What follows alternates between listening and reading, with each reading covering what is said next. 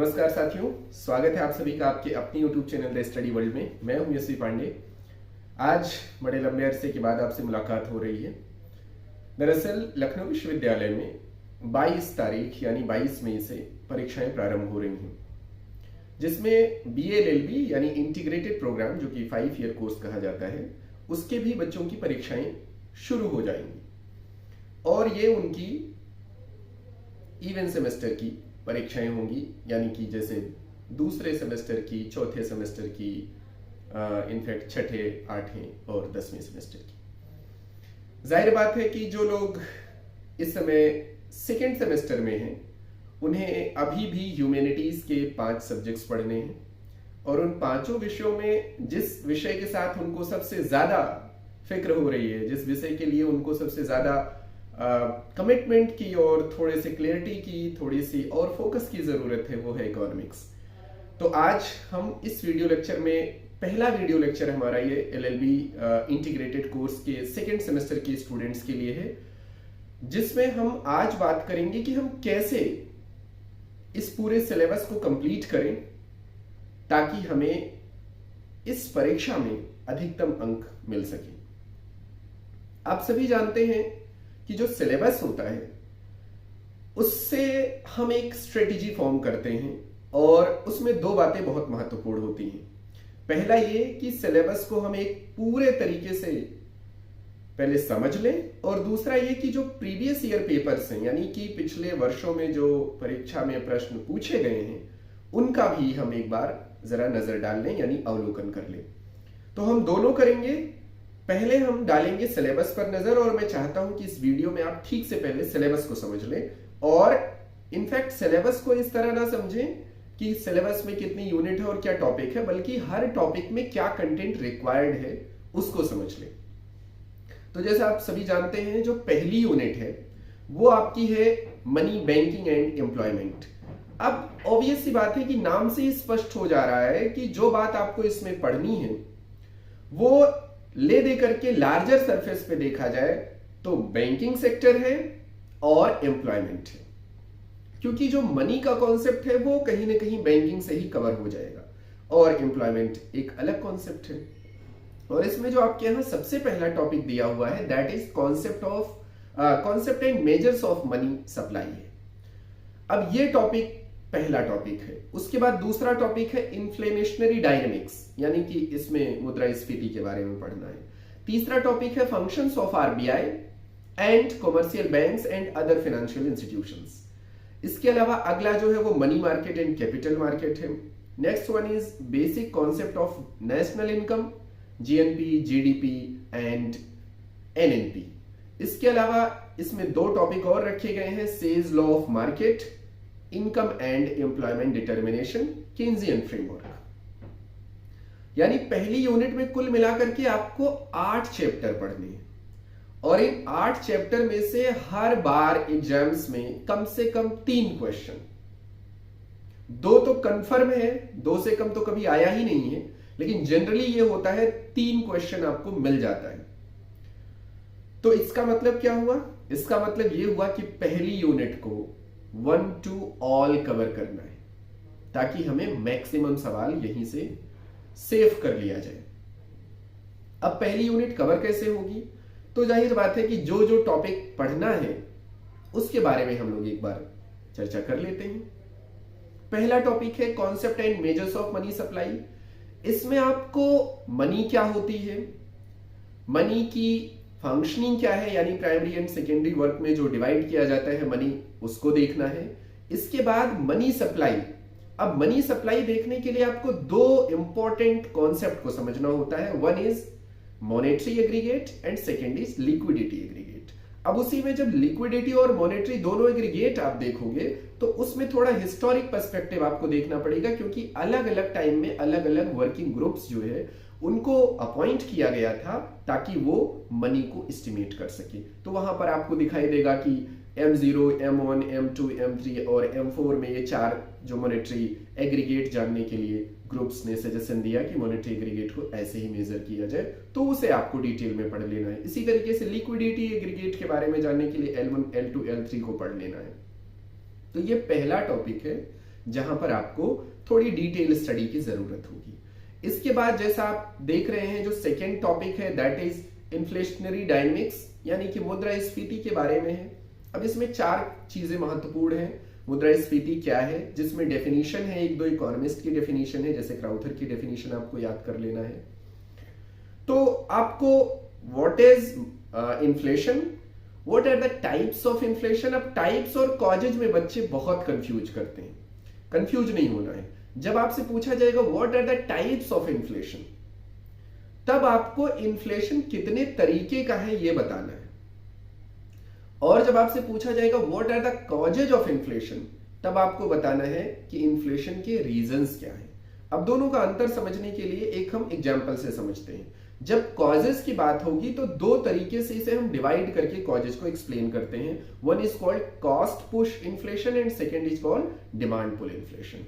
और जब इन्फ्लेशन के टाइप्स की बात आती है, तब आपको याद होगा कि वहां पे क्रीपिंग की बात होती है, वहां पर होती है रनिंग की, वहां पर होती है गैलोपिंग की, वहां पर बात आती है हाइपर की। इस तरीके से इन्फ्लेशन को कैटेगराइज किया गया।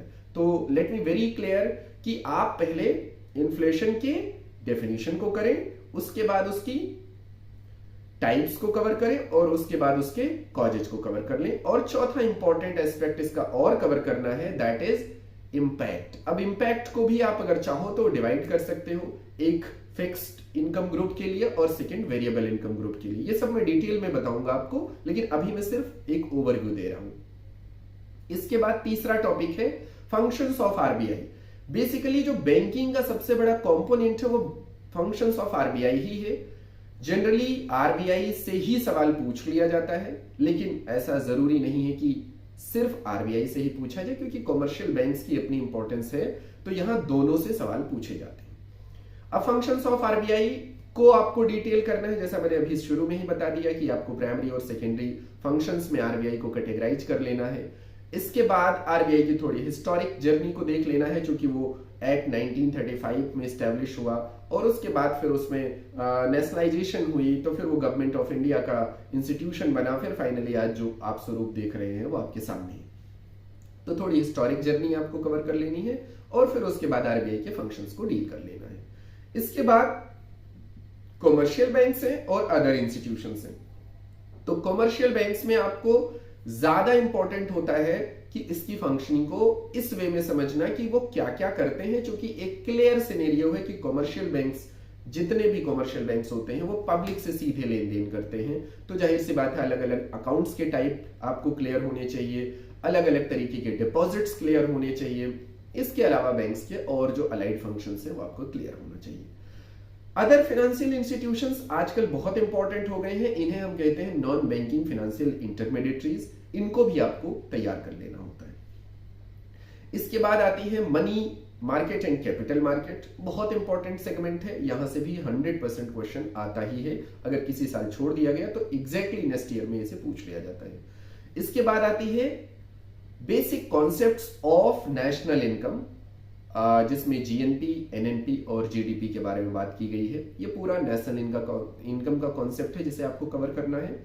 इसके बाद सेज लॉ ऑफ मार्केट है, बाजार का नियम जो कि सेज ने दिया था। उसके बाद इनकम एंड एम्प्लॉयमेंट डिटर्मिनेशन, जिसमें सीधा कीन्स की थ्योरी पूछी जाती है। तो अब आप सोच रहे होंगे ये तो मैं सारा एक्सप्लेन कर रहा हूं, इसमें मुझे ये तो आपको पता नहीं चल पा रहा कि किस पे ज्यादा फोकस करना है। तो फोकस तो वैसे मैंने पहले शुरू में कह दिया, पहली यूनिट के सारे टॉपिक कवर कर लो, ज्यादा बेहतर रहेगा। लेकिन आप इसमें भी अगर सेलेक्टिव होना चाहते हैं तो मैं आपको बता दूं कि concept and measures of money ये पूछता रहा है, तो इसे कवर कर लीजिए।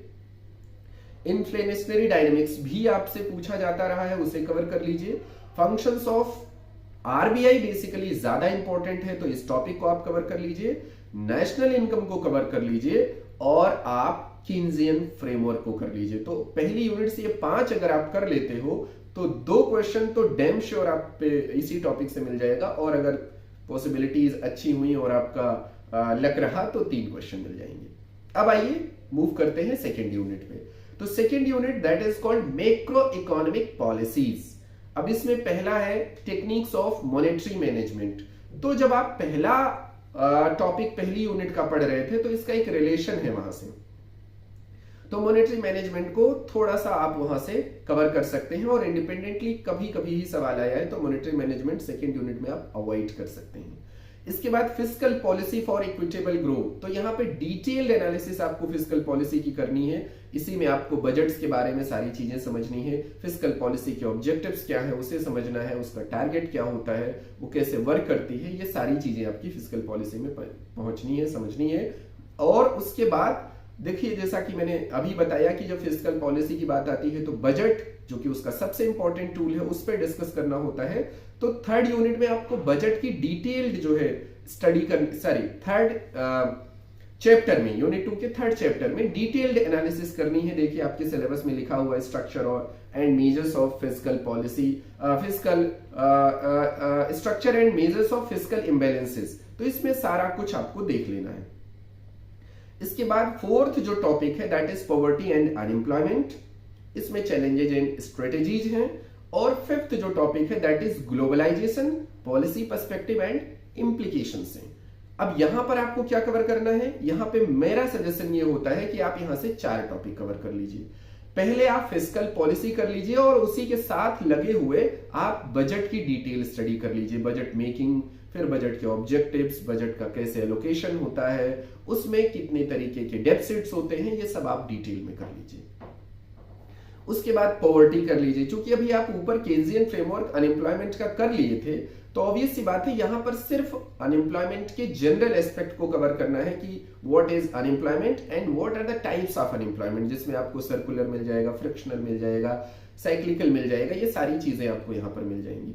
तो ये सेकेंड यूनिट से आपको पॉवर्टी एंड अनएम्प्लॉयमेंट कर लेना है, फिस्कल पॉलिसी को डिटेल कर लेना है, बजट को डिटेल कर लेना है और ग्लोबलाइजेशन को डिटेल में कर लेना है। तो यूनिट 2 से आपको ये 4 टॉपिक कवर कर लेने हैं। इसके बाद आता है मामला इंटरनेशनल ट्रेड का। तो इंटरनेशनल ट्रेड में आपके पास जो ऑर्गेनाइजेशंस हैं वो ज्यादा इंपॉर्टेंट है। एक बार सिलेबस पर पूरी नजर डाल लेते हैं। International trade, rationals and gains, ये पहला है, यानी कि इंटरनेशनल ट्रेड का सिग्निफिकेंस इसमें प्रॉपरली आपको डिस्कस करना है। इसके बाद फ्री ट्रेड वर्सेज प्रोटेक्शनिज्म की बात है, यानी कि जो व्यापार संरक्षण नीति है और मुक्त व्यापार नीति है, इसमें डिफरेंसेज क्या है, ये दोनों किस तरीके से काम करती हैं और इन दोनों का पर्सपेक्टिव क्या है इंडिया में। इसके अलावा बैलेंस ऑफ पेमेंट, ये बहुत इंपॉर्टेंट है। इसमें 2 आपको कॉन्सेप्ट जानने होते हैं, balance of payment and balance of trade. तो जब आपको बैलेंस ऑफ पेमेंट सीखना होता है उससे पहले आपको बैलेंस ऑफ ट्रेड की जरूरत पड़ती है। तो दोनों को as a matter of concept आपको क्लियरली याद करना है और समझना है। इसके बाद इंटरनेशनल ऑर्गेनाइजेशन से जो 3 ऑर्गेनाइजेशन है, IMF, WTA और वर्ल्ड बैंक यानी WB, इन तीनों को आपको पढ़ के जाना है। एक 100% आएगा, मे बी रिलेट करके 5-5 नंबर में आपको या 7-7 नंबर में, चूंकि अब 14 मार्क्स के आपके जो है पेपर का पैटर्न चल रहा है, तो 7-7 नंबर का AB करके 2 ऑर्गेनाइजेशन को आपको डिटेल में डिस्कस करने के लिए दे दिया जा सकता है। इसके बाद foreign exchange management and international trade laws. तो अब आप यहां पर क्या करोगे, यहां पर आपको इंटरनेशनल इंस्टीट्यूशंस 100% तीनों कवर करके जाना है। इसके बाद बैलेंस ऑफ पेमेंट कवर कर लीजिए, एंड अगर आपको थोड़ा सा यहां पर और हिम्मत है तो आप कर लीजिए फ्री ट्रेड वर्सेज प्रोटेक्शनिज्म। तो यहां से यूनिट 3 से 3 टॉपिक, कोई दिक्कत नहीं है, एक क्वेश्चन हर हाल में मिल जाएगा। इसके बाद अब आ जाते हैं चौथी यूनिट पे, जो कि बहुत इंपॉर्टेंट है और मेरे अप्रोच में, मेरे व्यू में काफी इजी है।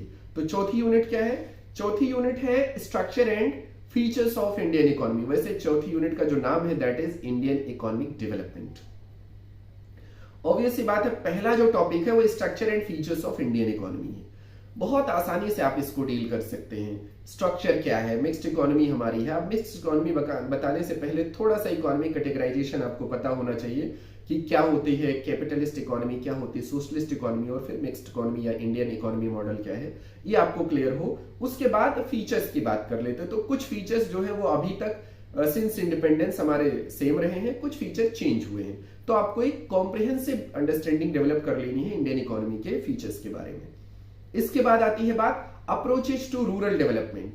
सीधा पूछा जा रहा है कि जो रूरल कॉम्प्लिकेशंस हैं, चैलेंजेस हैं, उनको कैसे दूर किया जाए ताकि रूरल डेवलपमेंट को अश्योर किया जा सके। तो यहां पर पहले आपको कॉजेज आइडेंटिफाई कर लेना चाहिए, उसके बाद उनको रिमूव करने के तरीके आइडेंटिफाई कर लेना चाहिए। और यहाँ पर गवर्नमेंट स्कीम्स अगर आप मेंशन कर देते हैं तो आपको बहुत अच्छे नंबर मिलेंगे और ये आपके जो आंसर राइटिंग पैटर्न है उसमें एक यूनिक एलिमेंट हो जाएगा।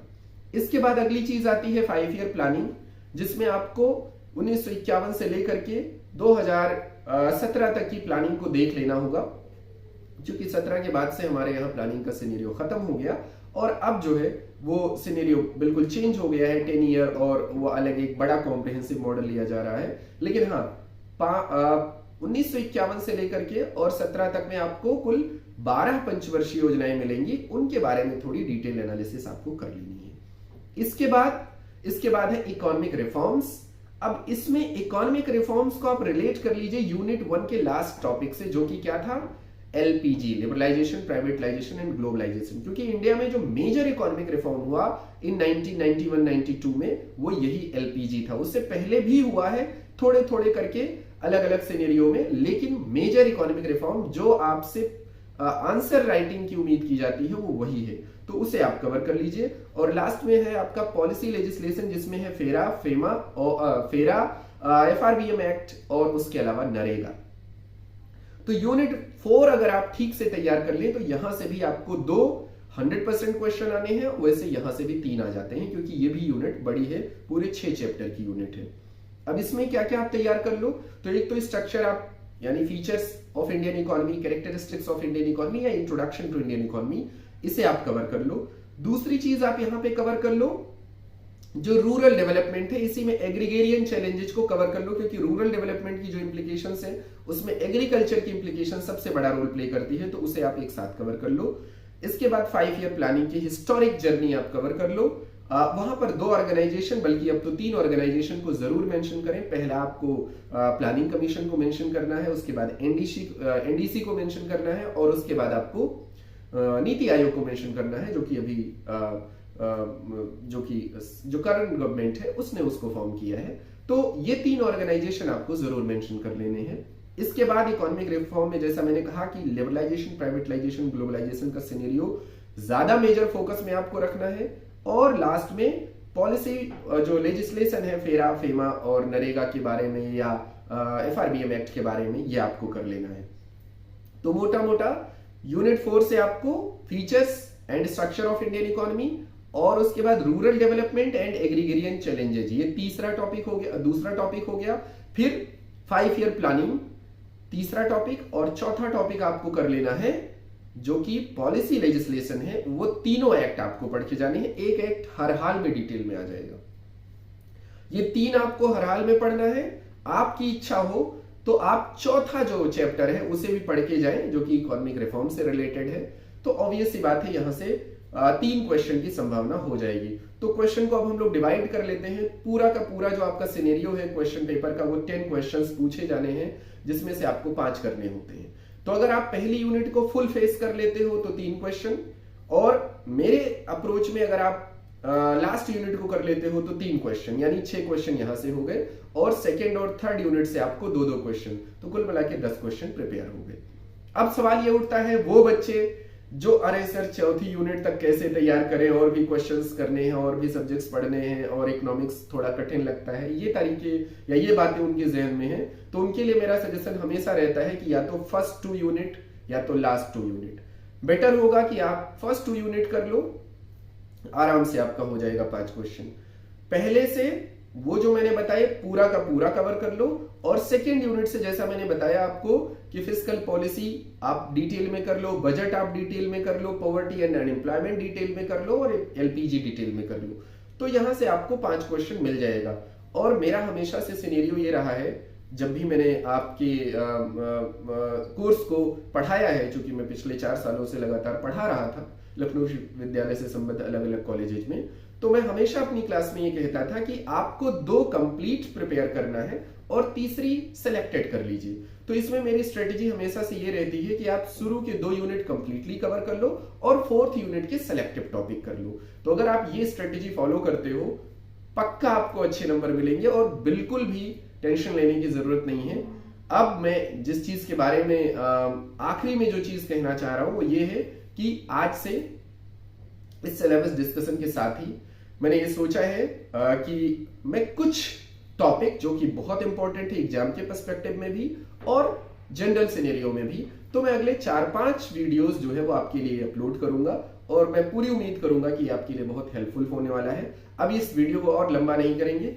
आज का पर्पस जो आपके लिए वीडियो प्रोवाइड करने का था वो था स्ट्रेटेजी के बारे में, वो था सिलेबस डिस्कशन के बारे में, वो था कैसे अच्छे तरीके से हम कवर करें ताकि हमारे एग्जाम में जितने क्वेश्चन आने चाहिए उतने को हम कवर कर सकें। तो अब इस वीडियो लेक्चर को यहीं पर वाइंड अप करेंगे। जल्दी ही अगला लेक्चर आपको मिलेगा जो कि सीधे टॉपिक से रिलेटेड होगा और उस लेक्चर में हम बात करेंगे आंसर राइटिंग पे भी, हम बात करेंगे कि क्या चीजें उस आंसर में रिक्वायर्ड होती हैं और साथ में टॉपिक को भी कवर करेंगे। तो फिलहाल आज से ये सिलसिला आपके साथ शुरू हो रहा है एलएलबी ऑनर्स सेकेंड सेमेस्टर के बच्चों के लिए जो कि मैक्रो इकोनॉमिक्स का सिलेबस पढ़ रहे हैं। हम जल्दी ही मिलेंगे। Thank you very much.